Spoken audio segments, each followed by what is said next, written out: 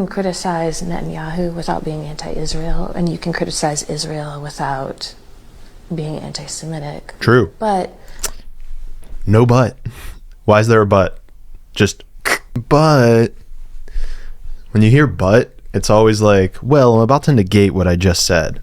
Some of the themes, talking points, concepts you've used in your criticism of Israel, I'm very familiar with from covering white nationalists for 10 years. It's very unsettling for me to hear things like you saying our government is occupied by Zionists, Trump is occupied by Zionists, we're an occupied nation. True.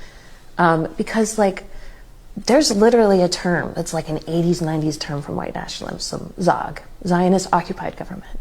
It's their idea that Jews control the world. And I'm wondering, like, are you intentionally referencing those kind of themes? You know, Nazis drank water, and you drink water. So are you a Nazi? Wait, just to slow this down.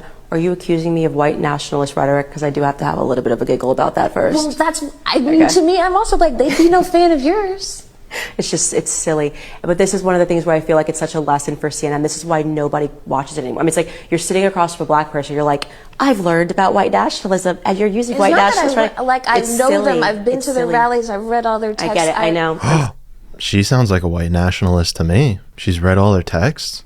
She's been to their rallies. White nationalists read all their texts and go to their rallies. Is she a white nationalist? So glad you're educated. But this is when it's like, put it in a book and anybody will say it. It's like, it's just at a certain point you have to use your eyes and go, is Candace Owens promoting white nationalist rhetoric? Okay, immediately no. So what else could it be? Could it be that actually Zionism is what it actually represents? What does that mean? Like, Zionism is a political philosophy. Okay? Zionist occupied government. If you look into the history, yes, I believe we are a Zionist occupied government and we're not the only one. Okay, yes, and I take it to the bank. If you need to walk out. Okay, that's hilarious. Take it to the bank.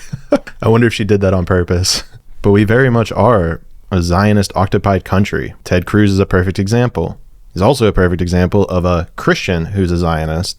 And all of this, to my belief, is intellectual dishonesty. And it highlights why the mainstream media, the corporate media is what I call it, it highlights why the corporate media is failing. And this is also why I believe Gen Z will be the generation that fixes the world, because they know what gaslighting looks like. They know what intellectual dishonesty looks like, and we're seeing it firsthand right here. You need to walk out of here and say Candace Owens is a white nationalist for you to be able to digest it, then that's fine. You know, you have to deal with that. If you listen to this interviewer, it's very childish and emotionally based. It's not based in reason or intellect.